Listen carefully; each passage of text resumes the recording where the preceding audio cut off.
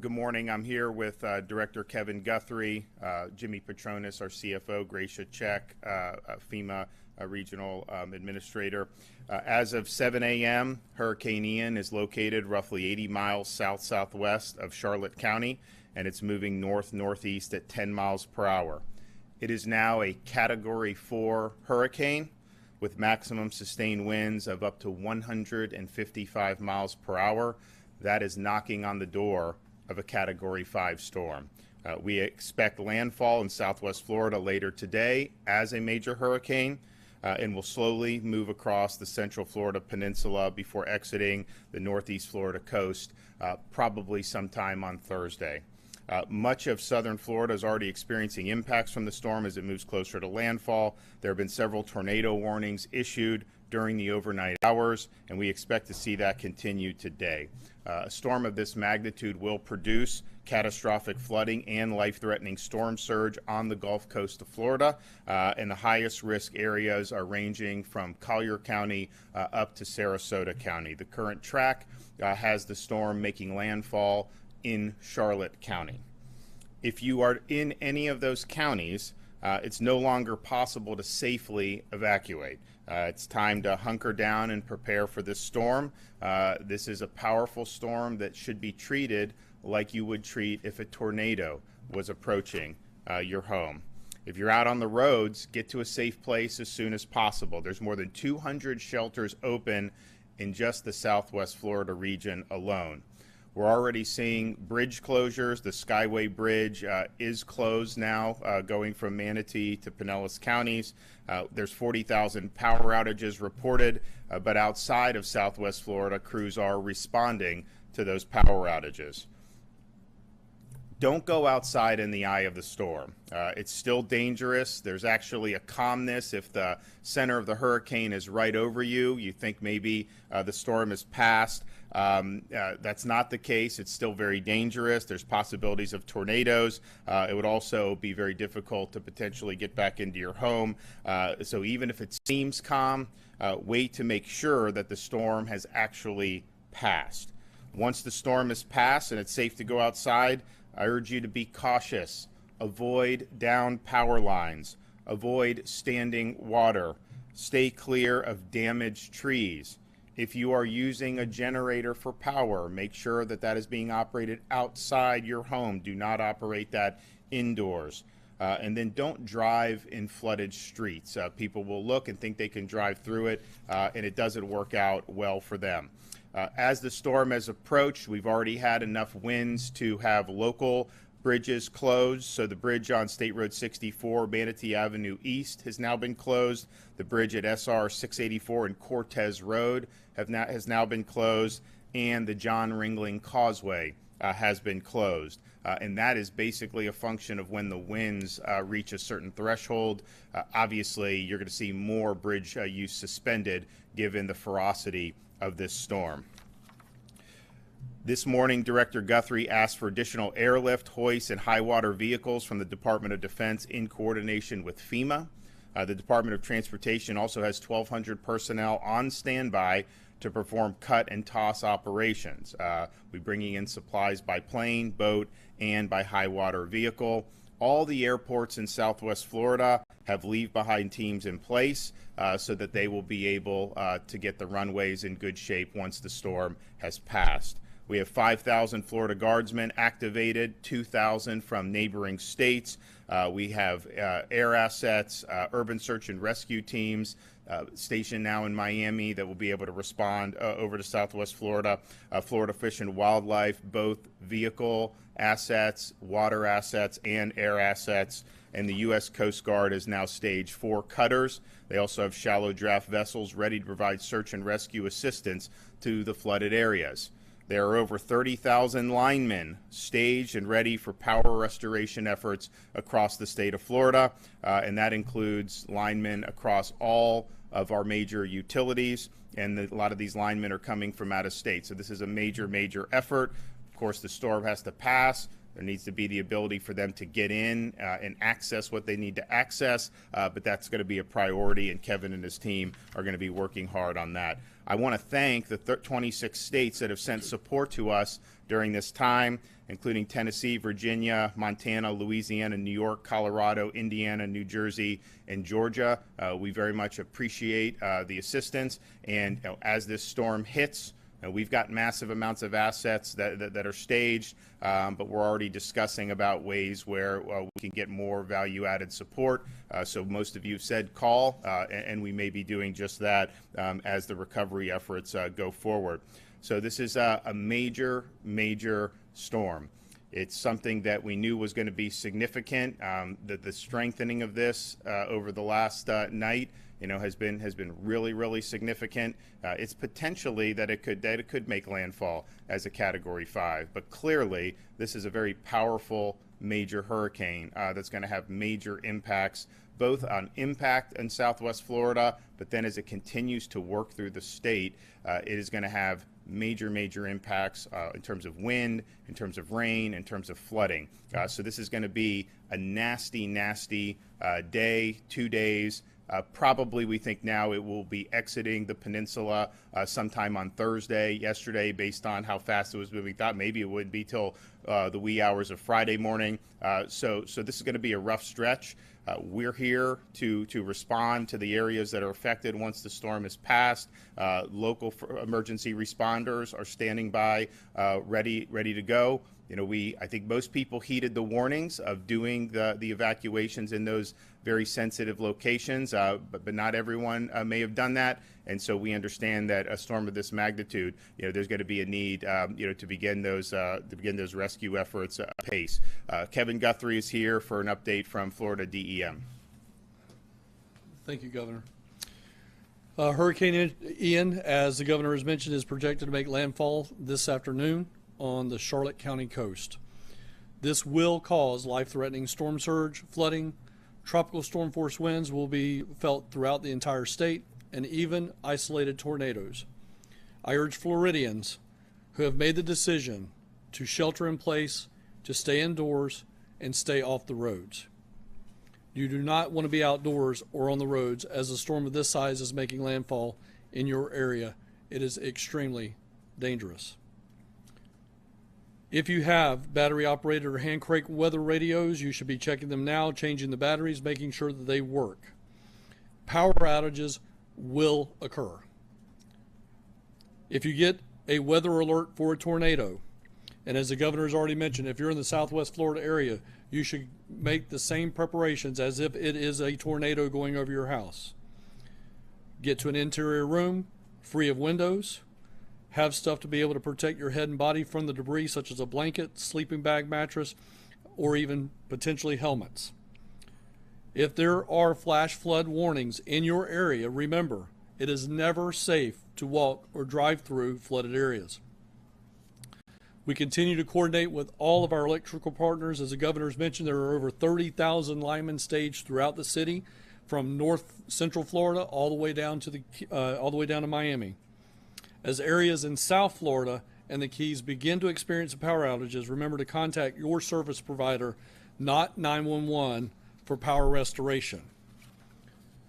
You can also keep your refrigerators shut, open them as little as possible to help preserve your perishable items. If you're using a generator, as we've been saying now for days, remember to keep it elevated, on a hard surface, away from doors and windows, outside of garages. This will help you stay safe. If residents have any questions about resources for Hurricane Ian, I urge them to reach out to their local emergency management or public safety office. This storm is here. It is imminent. I can tell you it is a Cat 4 hurricane, nearly a Cat 5. I know all of the emergency management directors in Southwest Florida very well. Combined, they have over 200 years of experience. They're preparing and they're expecting a Cat 5. So please stay indoors, stay away from windows, get to an interior location of your house. If anyone has any questions and they still have phone service, if you need to contact the state to ask for assistance, we have a cell assistance information line. That number is 1-800-342-3557. That is 1-800-342-3557. As always, please follow us on our social media at Facebook and our Twitter page at FLCERT. Thank you, Governor, for your leadership. Jimmy? Thank you, Governor. Florida's urban search and rescue teams are staged in Miami and also in Central Florida. We have over 600 resources to bear. We have FEMA teams that have come in from out of state.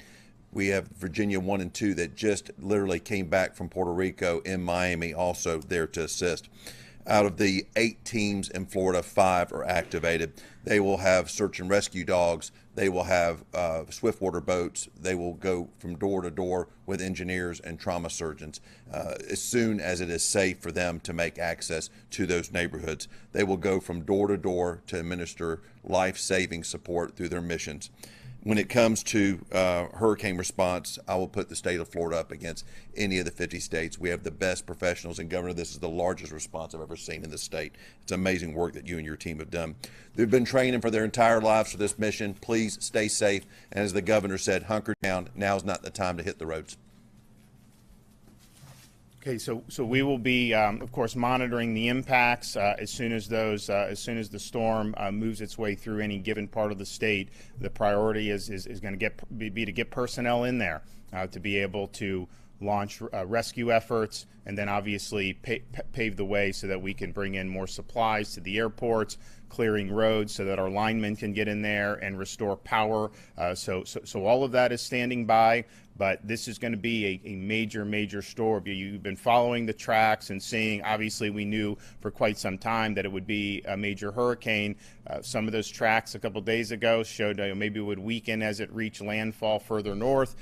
This one has just strengthened, and it is the real deal. So it's going to do a lot of damage. So people should be prepared for that. As Kevin said, there's going to be widespread power outages, and those power outages are going to occur not just in Southwest Florida, but in other portions of the state. Of course, it's a priority to give those linemen the ability to get in there and restore that. But people should just be prepared. There's going to be damage to infrastructure with a storm of this nature, and power and communications and all those things can be affected.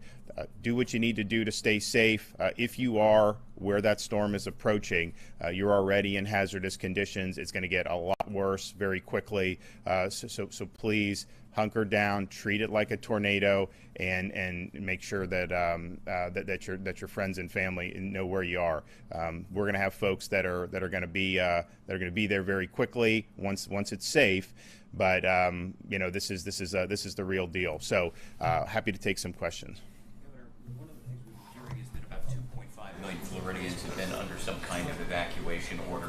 You touched on it just briefly, but do we have any concept of how many people have heeded that evacuation order? Well, I think if you talk to the local counties, I think that I spoke with some of the folks in Lee County, and they said people are by and large abiding by it. Now, it's not going to be everyone. I mean, you guys know, have been in Florida, there'll be a major hurricane approaching. There'll be sometimes people want to go out and surf in that. That's just, you just have some people that do that. But my sense has been there's been by and large interest in treating this thing very seriously across those counties. I mean, I do think that when you have tracks that are uncertain, and this is just, it's an inexact science, but when they see it in North Florida, then moving down north of Tampa, then some people think, well, it's probably going to shift again, so why should I do that? We're at the point now, these aren't models, this is what the storm is actually doing, and so it is going to hit there. That's just the nature of it. So I think most people did. Of course, we've been stressing the folks in the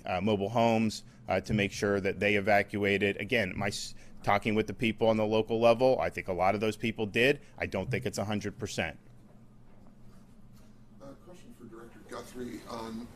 This storm, is there a lot of resemblance to Charlie in the way it's going to cut across the state?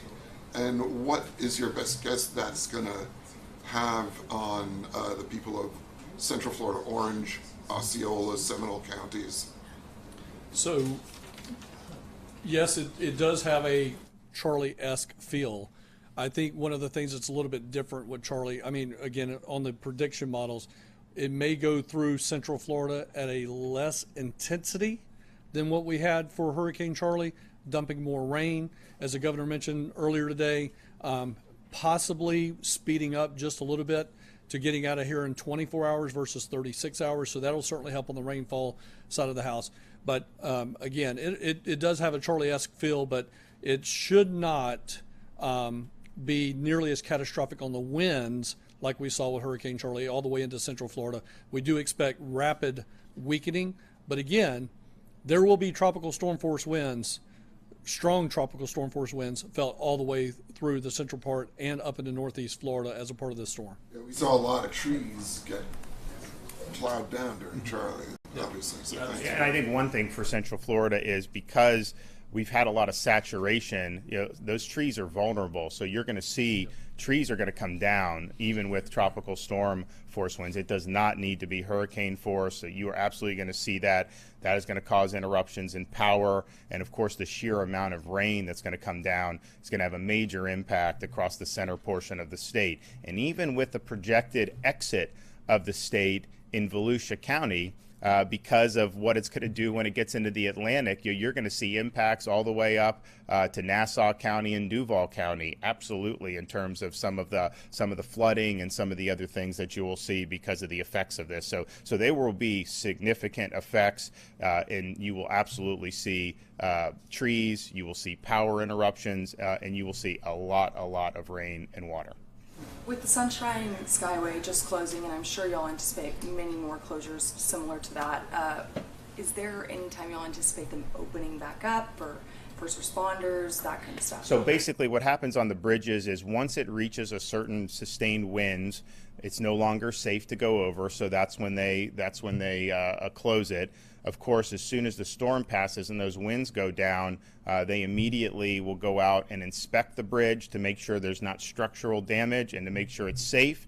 And then the minute it's safe, of course, for first responders, but also we want to get people back into their homes. And so if there's people evacuated out of Pinellas County, there's a lot of bridges that you need to take to get back to that peninsula. We want people to be able to do that. And the further it's away from the really strong winds, the less likely I think you will see major structural damage in bridges. If you look in Charlotte, Lee counties, I mean, you're going to end up in situations where you have a massive storm that's impacting those bridges. And it doesn't mean that they're not, a lot of these are built very well, but there's a lot that can happen. One of the things that Kevin and his team have done with the Florida Department of Transportation is instruct the securing of these barges that are in the water. When we had Hurricane Sally, you had a barge that was loose, ran into the bridge, and it knocked the bridge out. So that is something that is avoidable, and so that's been something, that message has been sent down,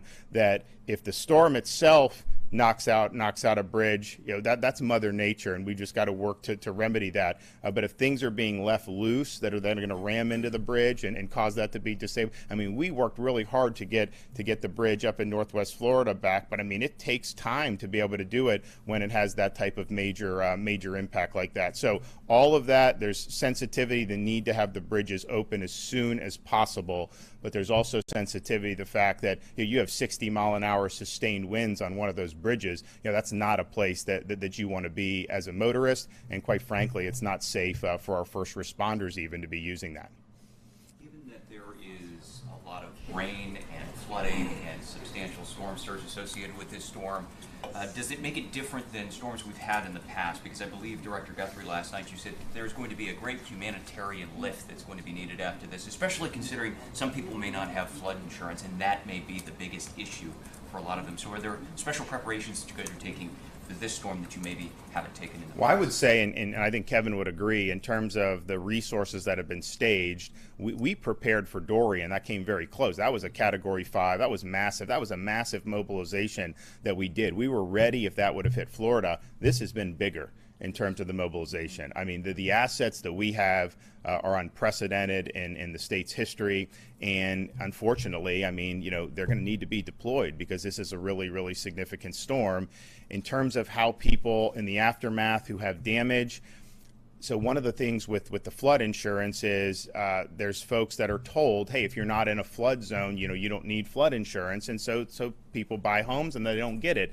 But the fact is that there are places outside of, quote, flood zones where you absolutely, in an event like this, could be impacted. So FEMA does have programs that can offer support, but the FEMA's support is not going to be equal to what you would have gotten in a flood insurance policy. And so that's going to be something that we're going to have to look very seriously at in terms of what the impacts are of that. There's a lot of folks that have a homeowner's policy, and sometimes they're told that could also be for flood, and those are just different policies. The homeowners is from the wind, direct storm damage, the flood insurance obviously from rising waters. There will be debates in people's policies about, okay, you had a Cat 4, maybe even a 5 hit. Yes, your home got flooded, but is that also direct storm damage and not flood? And can your homeowner insurance? So that'll be good. I know Jimmy will be involved in doing that to try to help Florida consumers. But yeah, there's going to be a lot of fallout from this in terms of getting people back on their feet. But that's why we've done the mobilization that we've done. Right now, it's about safety. I think most Floridians made the proper precautions to keep themselves safe. The ones that didn't, that may end up in harm's way, there's a lot of assets that are staged, and those are going to be deployed because we want to help people. I mean, even if they made a different decision, we're all in this together, we're going to do that. Once that kind of life-saving part of the operation is concluded, it's all about getting people back on their feet. And there may be some people that had nothing more than just losing power, but that's important to get them back to normalcy. There's others that may have really significant structural damages to their residence. They're going to need assistance, and so all of that will be part of what will be really an unprecedented effort in the history of the state. I'm going to be traveling into North Central Florida today to be able to meet with a lot of the linemen that we have staged. I think it's important to just thank them for what they're doing, because their quick response, be able to help get people back on the grid, really helps with the entire response effort. If you have everyone no power for weeks on end, like we have had in other storms, that makes everything else that we're doing difficult. I mean, I've been through these storms, prior to being in elected office, and it's like, okay, the power is going to go out. But then after a while, people just start to get antsy. It's human nature. And so the fact that they're here in really huge numbers, ready to go down and descend, they're not only doing their job, they're performing a public service for us. So we're appreciative of that, and we're going to thank them for that. And we will get them deployed. Kevin, FDOT, they're going to make sure that those roads get cleared as soon as possible. Now, some of that is going to be very, very difficult, because you're going to have a lot of debris, you're going to have a lot of trees. I mean, just think Hurricane Michael. There were some places, Category 5, I mean, it's like the whole forest came down almost on some of these roads. This is knocking on the door of that, and it's going to cause a lot of damage. And so that's going to be a huge priority. It's going to take a lot of manpower, but we're going to use the resources that we need to get it done. Okay, thank you.